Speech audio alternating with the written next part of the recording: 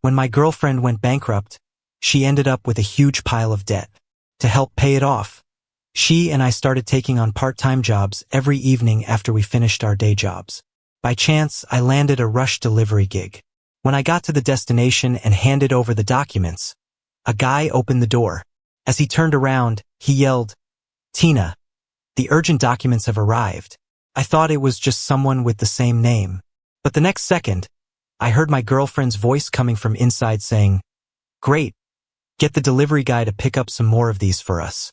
Suddenly, an empty box of condoms hit the guy's feet. Tina went bankrupt. To help her clear the debts, I sold all the luxury things she gave me when we were dating, including a pricey watch and expensive antiques from auctions. I also used up all the savings I'd been building up for years. Even then, we were still $80,000 in debt. Now, after finishing our regular jobs, we both do part-time work every day. During the day, I'm a sales associate at a high-end clothing store, and she hands out flyers on the street. At night, I run deliveries and she drives for a ride-sharing app. Today, I got an assignment to pick up a document from a company for a boss. This client was generous and offered an extra $1,000 as a tip. The only catch was that the delivery needed to be super quick. I got the request while waiting at a food stand for a lady to make me a pancake. I was starving today and treated myself to a $12 deluxe pancake, which I rarely do. But once I saw the client's urgent note, I immediately hopped on my little e-bike and headed for the requested location. While waiting outside the company for the secretary to bring down the documents, I quickly texted Tina the good news. "Tina, I just made over $1,000 today. Remember how you said you wanted sweet and sour ribs? Let's buy some ribs tomorrow." But there was no reply. My message just seemed to vanish. I figured Tina must have picked up a passenger by then. She usually doesn't text back when driving because she wants to keep her passengers safe.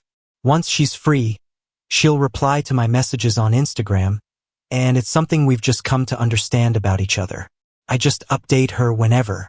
She'll reply whenever she gets the time, always making me feel validated and appreciated.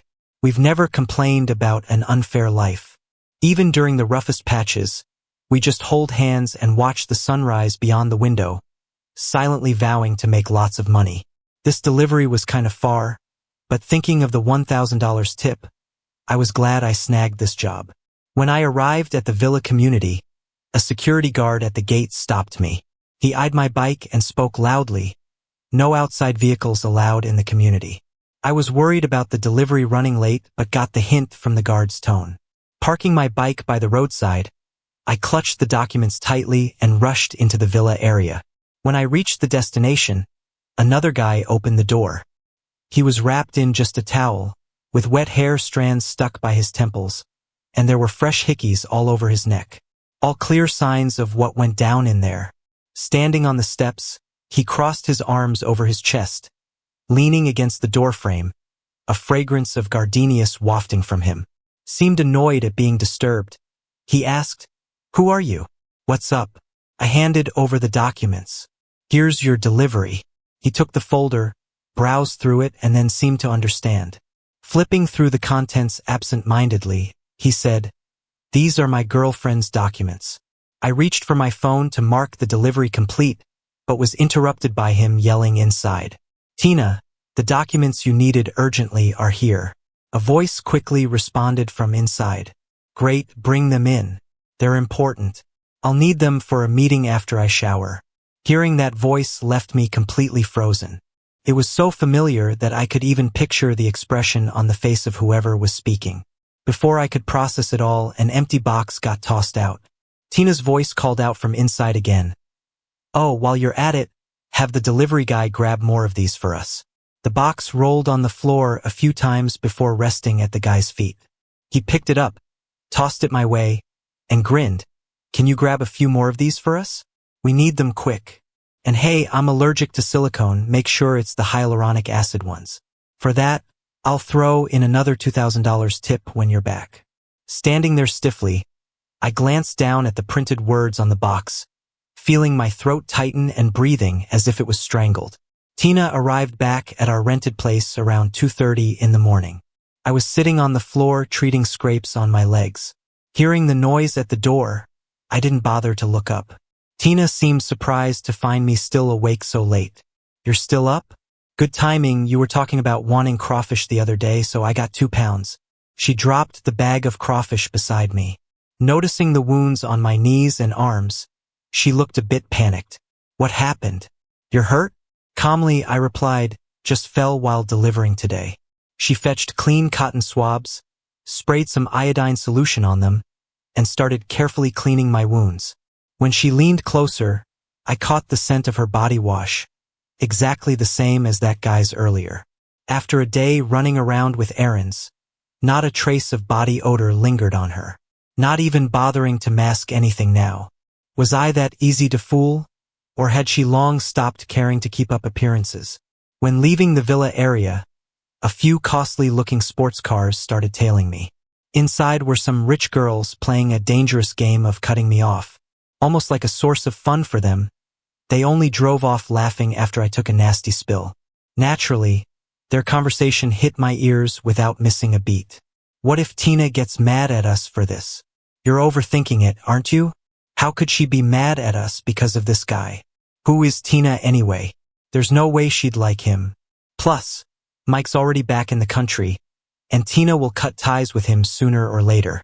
Their car faded into the distance, but their voices were so loud, like there was a speaker right next to me. I heard every word. The sting on my knee brought me back to reality. I looked into Tina's eyes, trying to find some guilt or shame after deceiving someone. Tina tossed the swab into the trash. Apparently, I'd been too quiet tonight, and she looked up, puzzled. What's up with you tonight? Why aren't you talking? She leaned in, and that's when she noticed I was looking a little off. Her gaze landed on my face, and she seemed a bit flustered, so she gently patted my back. That's how she always comforts me. What's wrong? Did you get a hard time from someone you delivered to today? Or is it because I got home late tonight? The emotions I just managed to calm down started bubbling up again. She gently wiped the tears from the corner of my eyes. No? Then what is it? Tina couldn't figure out what was wrong, like an ant in a hot pan. I sniffed and forced a smile. It's nothing, just the disinfectant stinging the wound. She kept wiping my tears and frowned, half suspicious. Really? I nodded. When we ate crawfish together, I was about to give her a chance to confess. Tina, is there something you want to tell me? I held my breath, hoping to hear something from her, but she just shook her head. We're together every day, we've said all there is to say. Seeing she didn't have the slightest intention of confessing, I felt like I'd fallen into an ice cave.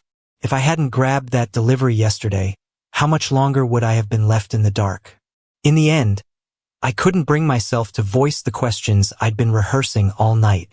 I had no idea how to start or how to question her. 3 years of being together, not a year, not a month, not a day. The next morning, Tina had breakfast ready. She grabbed the keys from the table and gave me a kiss on the cheek like usual. I'm off to work. I stopped her as she was heading out the door. Tina. She turned and looked at me. Do you have time tonight? I want to talk. She hesitated but nodded eventually. As the door clicked shut, silence filled the room again. That silence was like an invisible beast, eating away at the love I had for Tina. I knew she wouldn't be free tonight. Last night, while she was in the bathroom showering, I checked her phone. Tonight, it's the day for their upper-class circle's semi-annual gathering. Mike is hosting. She can't miss it.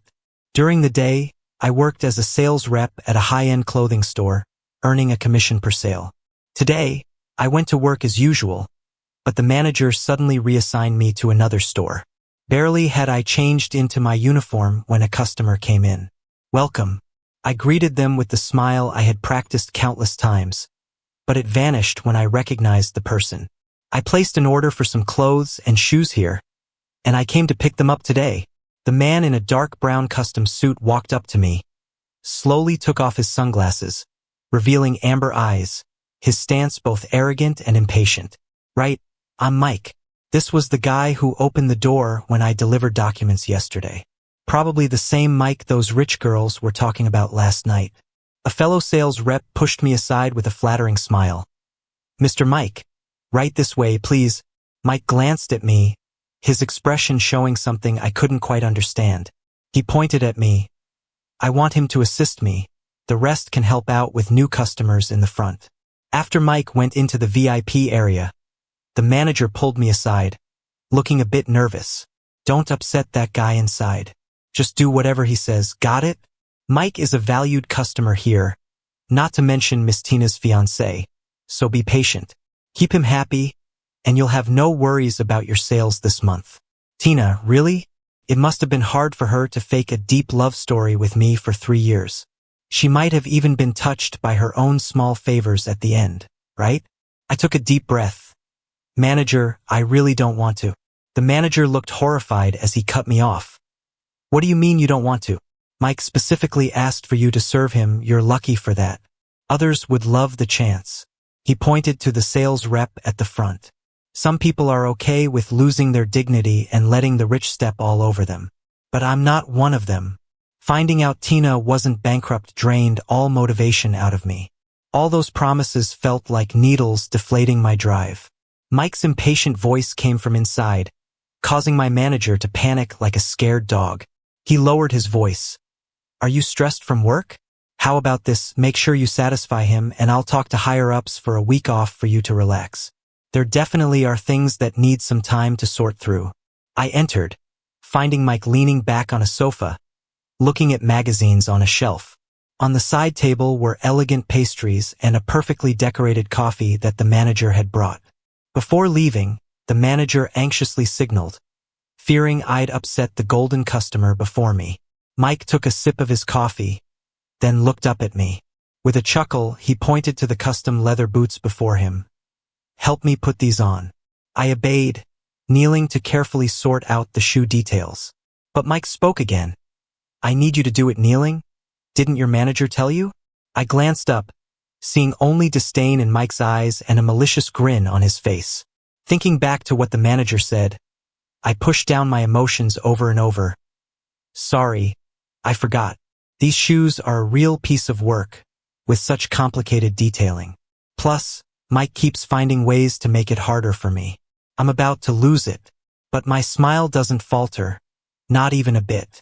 When I slipped the shoes on, Mike's voice suddenly got serious. You hurt me. Before I could even react, Mike kicked me in the shoulder. He was strong. I fell backward uncontrollably, and my head slammed against the sharp edge of the coffee table. The dizziness and the pain were so intense, I couldn't even stand up straight. Mike seemed satisfied seeing me in pain. He remained smug, arms crossed, lounging on the couch. Do you know why I asked you here? Got any idea why Tina's with you? It's just a bet between her and her friends. They're betting on whether you'll be dumb enough to blow your hard-earned savings to bail her out. Did Tina tell you she went bankrupt? I didn't answer him. He paused, like he remembered something funny, then burst out laughing. Oh right, did you know that the moment Tina got your money, she transferred it all to me? Pathetic, isn't it? Just over 400 grand and it can't even buy me a watch, not even a tie. The bankruptcy thing was just her excuse to break up with you. But you wouldn't take a hint, insisting you'd help pay off her so-called debts. Isn't that just ridiculous?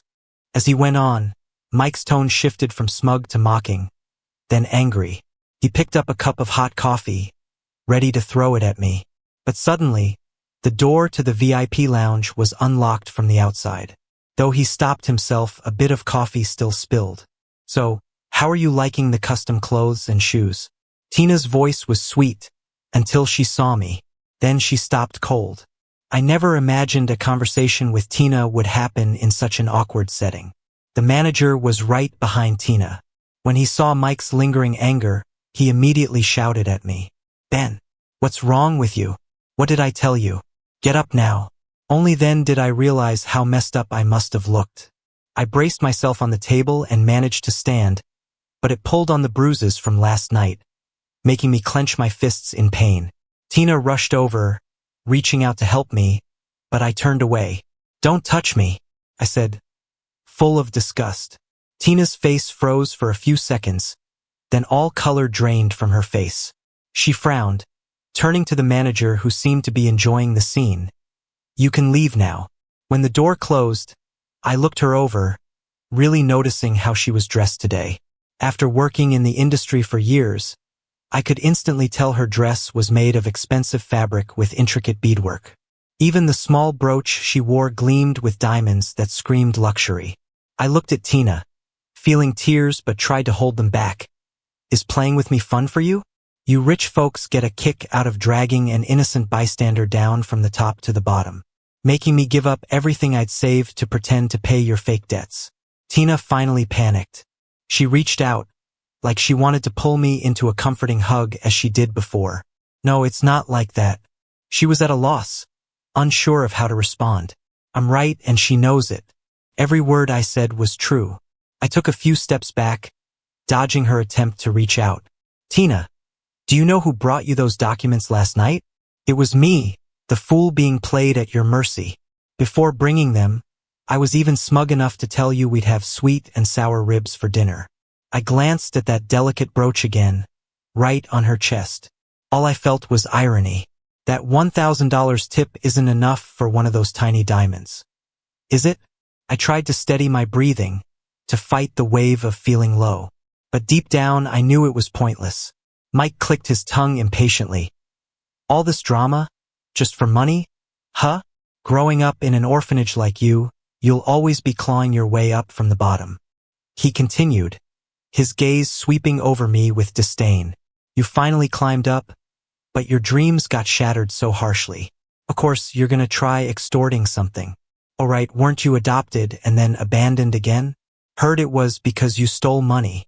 Shut up. Before Mike finished, I swung a punch at his face. The closest ones know where it hurts most, how to hit where it stings deepest. The things he mentioned, I'd only ever confided in Tina. She knew it was my weak spot, yet decided to warp it when recounting to another. So furious, my fingers shook as I punched him, feeling numb and stinging pain in my fist. Tina was stunned, but quickly stepped in front to protect Mike. She screamed at me. What's wrong with you? Do you know what you're doing? Mike was beyond mad, grabbing anything he could find on the table to hurl at me. How dare you hit me? Even my parents never hit my face. Before Mike could do more, the VIP room door opened again. Linda strolled in, clapping with a playful tone. What a show. Didn't expect to catch a drama here. Linda's arrival swiftly ended the ridiculous quarrel. Tina eventually left with Mike. Before leaving, Mike spat out that he wouldn't let this go. I sat back on the couch, feeling ice cold throughout. She stood beside me, voice chilled. Cold? The dizziness getting worse? I nodded slightly. She chuckled softly, took out her phone, and called for emergency help. After hanging up the phone, she reached out and touched the wound on the back of my head. You know what? Your head's bleeding. It was only then that I started to feel a dull pain from where I had just bumped into the coffee table. I reached for the back of my neck and my hand came away covered in sticky, red blood. I closed my eyes and let out a deep sigh. Thanks. Her voice was calm and emotionless. I told you last night you don't need to thank me. That day was technically the second time I'd met Linda. The first time was the previous night when I got sideswiped by a car driven by some rich girls and fell on the roadside. After struggling to get my bike upright, I realized the front tire was punctured with several nails, and the headlight wouldn't even turn on. I thought about calling for help, but when I pulled out my phone, it was dead. The early autumn night was chilly, and I stood there in the cold wind for a long time, hoping in vain for a passerby to stop. I wondered what Tina was doing then, probably lost in the warmth of Mike's embrace, sipping expensive wine, thinking of new ways to deceive me. I looked up at the sky. It was pitch black and just as unclear as my future seemed. Just when I was about to lose hope, a bright light appeared behind me. Thrilled, I waved frantically towards the light. Linda pulled over, rolled down her window, and slightly turned her head. I could only see her indifferent side profile. Seeing that it was a fancy car, I almost regretted waving it down. The taunts and engine noise from those girls still haunted me. People say that when you're pushed to an edge, you're capable of anything. Maybe last night that was me. My hand, hidden in my sleeve, clenched nervously into a fist. Hi, could you please help me out? I had steeled myself for rejection. But to my surprise, Linda seemed more than willing to help. She got out of the car, inspected my rickety little electric bike, and shook her head with a frown. The parts on this thing are worn out. One fall could break everything. It's not worth repairing. Just get a new one. After thinking it over, I realized she was right. Helping me sort everything out took us much longer than expected. Watching my 3-year-old bike get towed away left me with mixed emotions. She brushed off dust from her hands. Let me drive you home. You're hurt. I'll take you to get some medicine. I nodded, thanks. She paused, then shook her head with a smile. No need to thank me. She murmured something else under her breath, but I couldn't catch it. On the road, she suddenly asked, "What's your name?" Ben. That night, she repeated my name a few times, then nodded. Yeah, Ben. It's a good name. The ambulance arrived quickly, almost quicker than I imagined. In the end, I had 5 stitches on my head and got a tetanus shot. While the anesthesia knocked me out, I dreamed of how I first met Tina. During college, I used to run errands for the wealthy students to make extra cash. If someone wanted beef from the south of the city, I'd rush through blistering heat just to bring it to them. Those students had money, tipping thousands on a whim. The highest tip I ever got was 50,000 yuan. That day, a storm had hit, thunder rumbling like an angry sky. Scared students huddled under their blankets. No one was willing to take on delivery jobs. Only I braved the bad weather to step outside. Lucky for me, Tina said she wasn't in a rush given the conditions. When I finally handed Tina the undamaged items I'd wrapped in countless waterproof bags, she gestured to the storm outside and spoke in shocked disbelief. You didn't even use an umbrella. I shook my head helplessly and showed her what I carried. With rain this heavy, an umbrella wouldn't make a difference. She didn't take what she wanted right away. Instead, she looked me over, sighed, and handed me tissues to wipe off the water from my face. Before I could react, she opened her black umbrella. Come on, I'll walk you back to your dorm. I was taken aback, awkwardly shaking my head. No need. I can wait till it eases up. You're soaked. If you don't hurry back and change, you might catch a cold or get a fever. And then someone else would snag your jobs. Think about that. Tina always knew what I worried about. Her words always seemed to slice right through to what was on my mind, like she could read my thoughts. As we reached the entrance of my dorm, she kept fussing over me, telling me to take a hot shower right away. When she turned to leave, I stopped her. So, reach out if you ever need anything. You're generous with the tips. But I didn't say the last part out loud. She nodded with a smile and disappeared into the heavy rain. Thunder rolled by and woke me up from the dream. It was a dream, bringing me back to the beginning of my disappointments. When I turned on my phone, my Instagram messages soared to 99 plus. I knew without looking who they were from. Opening my chats with Tina, her screen was filled with apologies. I'm sorry, but my feelings for you all these years were true. It's not like Mike said. Wait for me at home, and I'll explain everything. I went home, but I didn't see you. Where are you? I'm begging you. Can you just meet me once? Linda's not a good person. Don't listen to a word she says, and don't have any contact with her.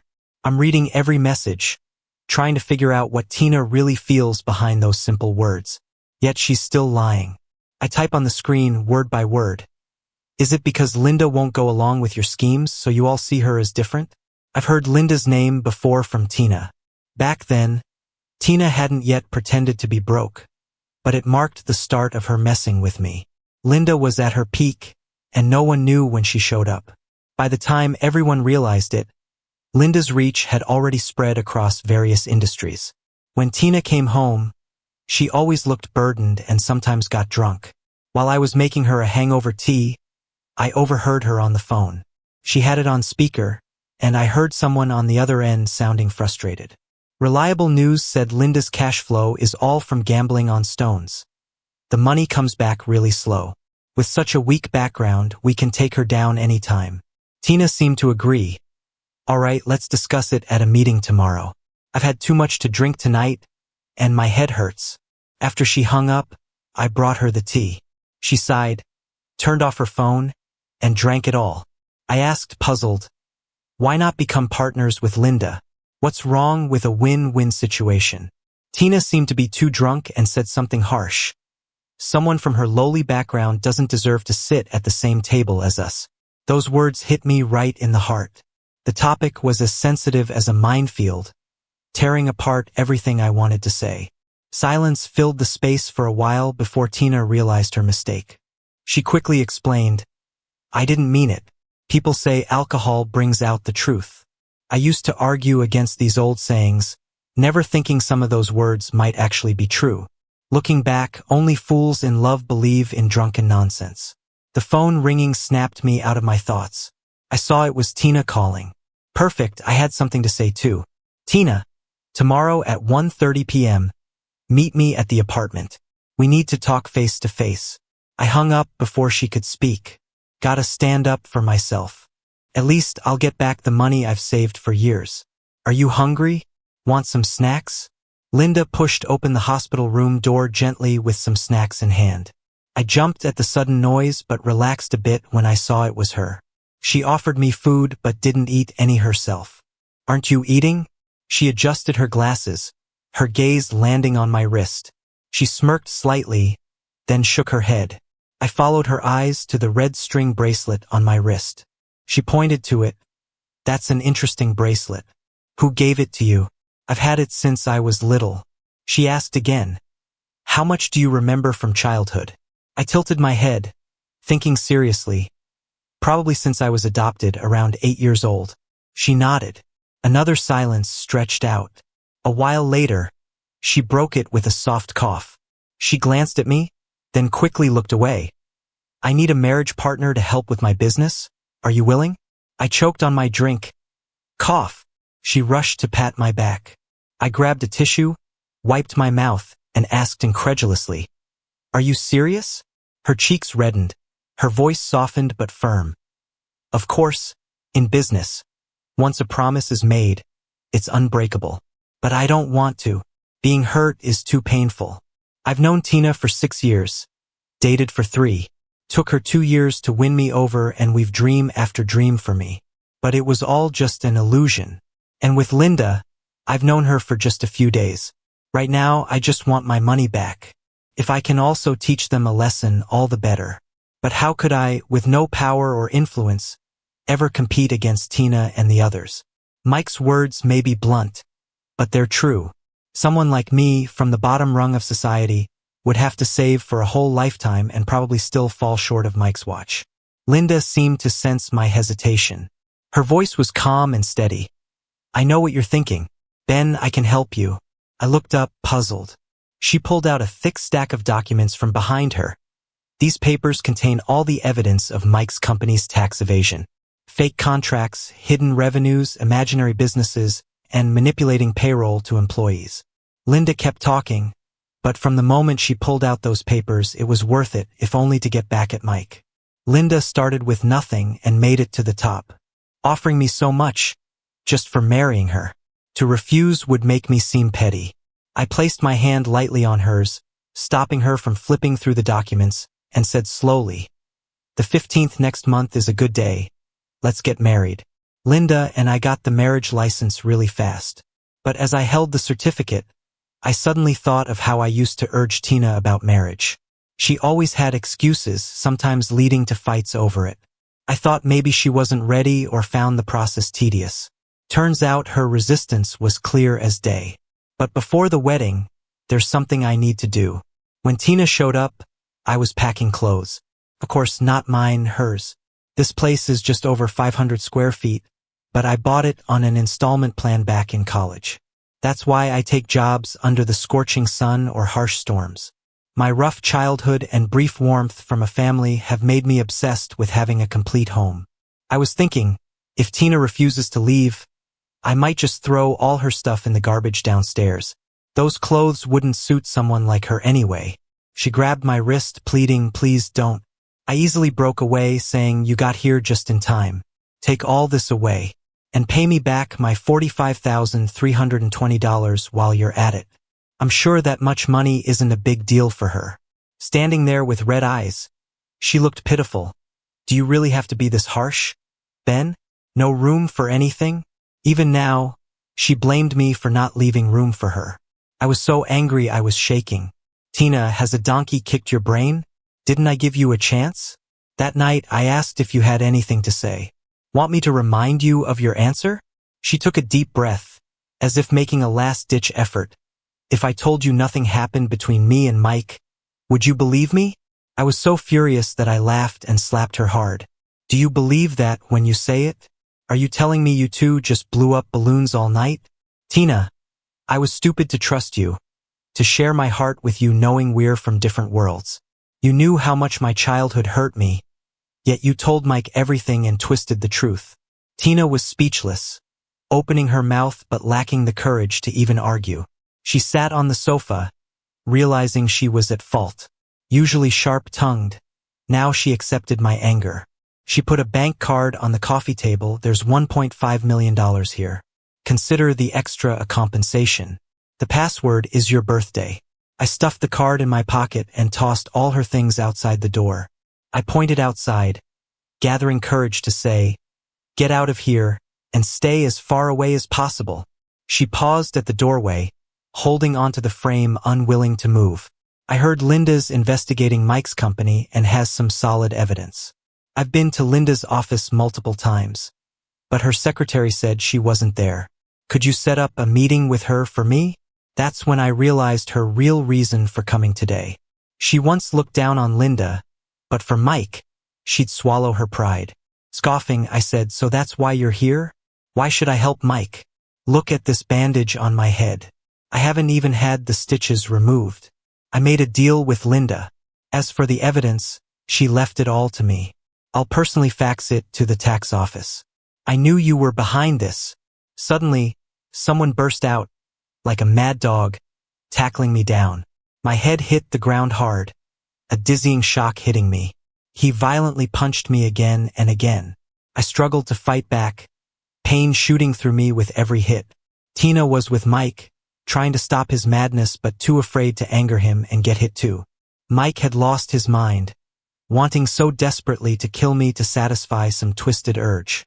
Security from Linda's side eventually arrived, restraining Mike. Linda had always been calm and collected around me. I'd never seen her angry until she saw the scratches on my face, her expression dark and furious. Her eyes cut through Mike. "I was going to give you a few more good days, but it seems you no longer need them." Finally, Mike understood the gravity of the situation. His legs gave way, sitting limply on the floor, bewildered. Linda took me back to the hospital. After they patched me up, she sat beside me, sighing deeply. Puzzled, I asked, "What's wrong?" She looked at me, shook her head with a reassuring smile. "Nothing. You should rest. I've got things to handle at the company." Before leaving, she hesitated before finally speaking. "Bella, you need to learn to protect yourself." I froze for a moment, even forgetting to breathe. Bella. How did she know my old name? I wanted to call out to her, but she was gone before I could. When I was 8, a not-so-wealthy couple adopted me. Before that, the orphanage director had warned them that I'd lost all my memories due to illness and might become slow. Still, they took me in. Back then, the director named me Bella, but they renamed me Ben after adopting me. Initially, they treated me well. Despite their limited resources, they'd save money to buy me nice clothes, tasty snacks, and the most popular toys. When I was in school, I was pretty hardworking and would get a little red flower from the teacher every day as a reward. Each day, when I got home, my foster mom would take the little red flower off my wrist and stick it onto a sheet of A4 paper. As time went on, one sheet after another got covered with these red flowers. My foster parents would look at the wall full of them, grinning from ear to ear. I thought I'd always be this happy until the year I was in 7th grade when they had their own child. That day, I was waiting for my foster dad to pick me up from school. Like always, I waited from the bustling crowd of school kids to when the place was deserted, from day to night, from being joyful to feeling worried. The familiar electric scooter never showed up. By the time I realized no one was coming to get me, it was 8:30 p.m. When I knocked on the front door at home, my foster mom answered with a hint of a smile still on her face. But the moment she saw me, that smile disappeared instantly. Late at night, when I was thirsty and got up to get some water, I overheard my foster parents talking. I crept to their bedroom door and overheard them arguing. My foster mom sounded annoyed. I used to think we'd never have our own kid, so we adopted him from the orphanage. Who knew this would happen now? My foster dad sounded helpless too. So what do we do now? Tell me. We've only got money for one. Providing for two is too much. The motherly woman I knew had changed. Let's just give him up. Give me up? For what reason? Say he's stealing, that his hands aren't clean. Where's that necklace you gave me? Look for it. Put it in his backpack along with some cash. I snuck back to bed. When they quietly opened my door, I opened my eyes in the dark. Through the faint moonlight, I watched them put the money and the gold necklace into my backpack. After that, being given up was inevitable. Back at the orphanage, even the director was ashamed of me. To this day, I remember the disappointment on his face. Orphan kids get rejected for character issues, but why would you steal? I told my old friends about it, but they didn't believe me. You're just making it up, right? The director said you're a thief, stealing money and a necklace, so that's why you got rejected. You're a bad kid. I don't want to play with you. If I had never experienced happiness, I'd think it was just fate and wouldn't chase after it. But I did have it once. I looked at the faint moonlight outside, just like the moment when my foster parents put the necklace and money in my backpack. I glanced at the copper coin on my wrist, and suddenly a memory popped up, something I had never remembered before. Linda's words echoed in my mind. Eric, you need to learn to protect yourself. Those words overlapped with the image of a bright young girl from a memory that finally became clear. I finally remembered a time I'd lost, when I was sick as a child. I had a persistent fever and was lying in the hospital. The director had brought Linda to visit me. Linda used to say this bracelet was her good luck charm and she could never take it off. Bad luck would follow if she did. I jokingly challenged her to take it off, to prove her wrong. But even so, she cried as she removed the copper coin bracelet from her wrist and put it on mine. You love this, don't you? I'm giving it to you now. Get better soon, Eric. You need to learn to protect yourself. She gave me her good luck charm. I nodded weakly but felt awful all over. She insisted on getting me medicine, but she never came back. After I got better, I lost all my previous memories because of the illness. I didn't remember Linda or where the copper bracelet came from. I only remembered lots of police officers coming to the orphanage, and some asked me when I last saw the little girl in the photo. I shook my head cluelessly. I don't know her. During that time, the director was always in tears. If I didn't break the rule and take her out, she wouldn't have been kidnapped. I didn't understand what he was saying at the time. I just knew he seemed really sad. But now I get it. I crouched down and buried my head in my arms, tears streaming uncontrollably. In that moment, I felt like fate was playing a cruel joke on me. I couldn't sleep a wink that night. I wanted to call Linda but was afraid to disturb her. When I closed my eyes, the memories just got clearer, digging deep into my bones. As soon as the first ray of sunlight hit the ground, I rushed out of the hospital. When I got to Linda's company, she was in the middle of a video conference. Seeing me there, she was surprised, spoke a few words I couldn't understand, and then paused the meeting.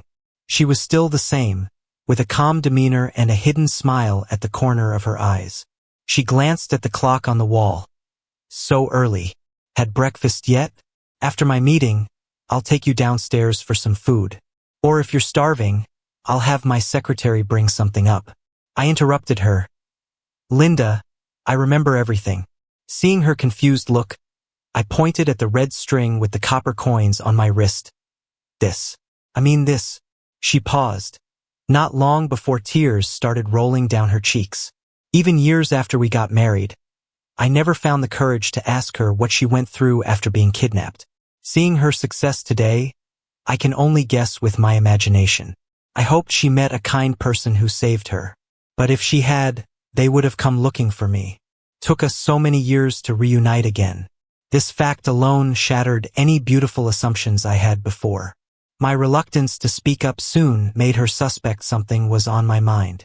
But Linda seemed to understand my thoughts and softly said, "You know, it's only after walking through swamps that you realize how good it is to be alive now, standing in the sunlight."